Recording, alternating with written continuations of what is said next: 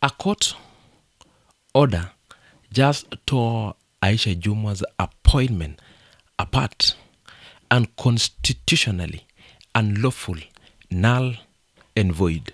Not a technicality, not a grey area, a full judicial demolition of a state appointment, signed, gazetted, and handed to her by this very government.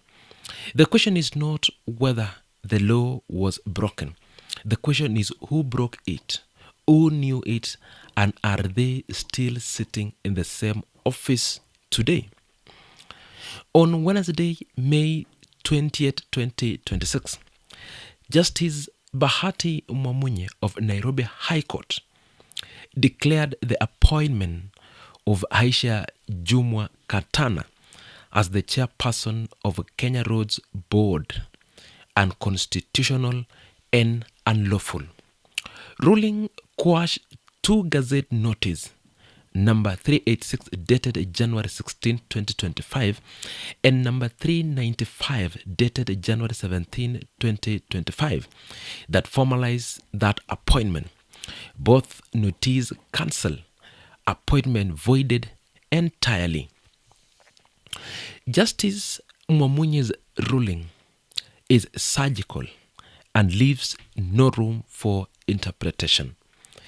Court found that appointment of Aisha Jumwa Katana was undertaken without demonstrable compliance with the mandatory statutory framework prescribed under Section 7 of Kenya Roads Board Act.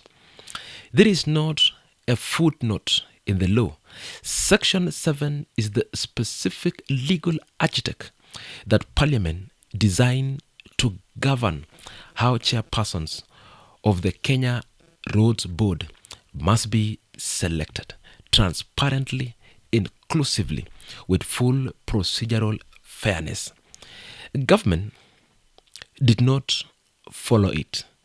Two Gazette notices were issued to make the appointment look official.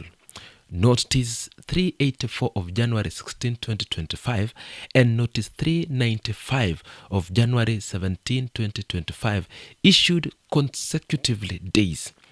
Court has now cancelled both. Justice Mwamunye was unambiguously publication in that Gazette does not give legality to an appointment made against the law. Legality flows from fidelity to the Constitution and the enabling structure, not from a government-printed and official signature.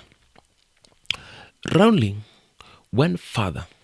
Once illegality is established, the order to nullify it, not a matter of judicial discretion. It is mandatory. Appointment is void. It cannot produce lawful consequences. It never could from the very first day. Court has directed that any fresh appointment processes must strictly comply with Section 7 of the Kenya Roads Board Act, meeting constitutional imperatives of legality, transparency, accountability, inclusivity, and the procedural fairness. Those are the exact standard government failed to meet the first time round. Aisha Jumwa carries a significant political weight in the coastal Kenya. Placement at the Kenya Roads Board, a body that controls road fund levies and infrastructure decision worth billions of shillings, was not a routine or symbolic appointment.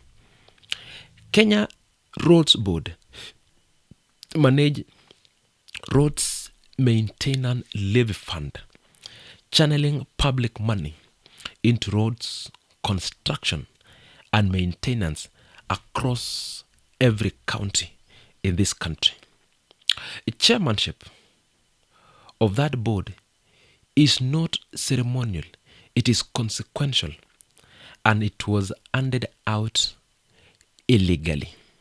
So if the government gazetted Aisha Jumwa's appointment across two separate notices on consecutive days in January 2025, knowing the statutory process under Section 7 had not been followed, then who in the appointing authority made that decision?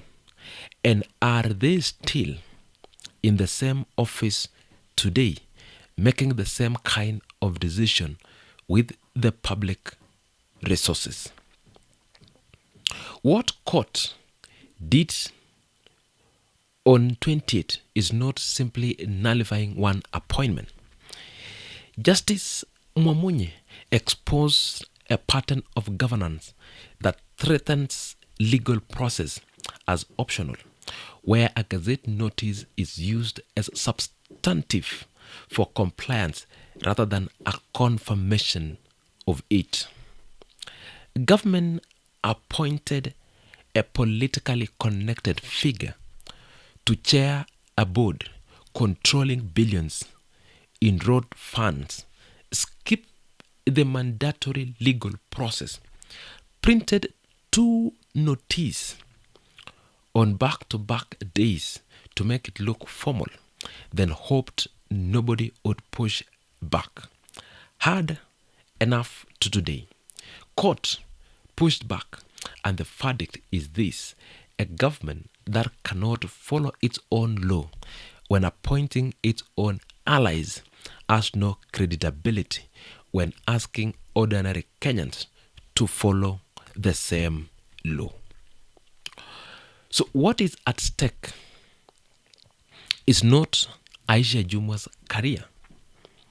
What is at stake is the integrity of every public appointment made by Ruto's administration. The Kenya Roads Board controls roads maintenance and funding that touches every matatu route, every rural road, every constituency in this country. So when a chairperson of that board is placed there illegally, the question of whose interests were being served and whose roads were being prioritized become a legitimate public concern. Power to appoint was abused. Cost is absorbed by every Kenyan whose infrastructure decisions were made under unlawful leadership posture. So court has ordered a fresh appointment process, but ruling does not answer what nobody is asking loudly enough. How many appointments made by this government between 2022 and today followed the same pattern? Gazette it again, move on, and hope nobody sees what is happening.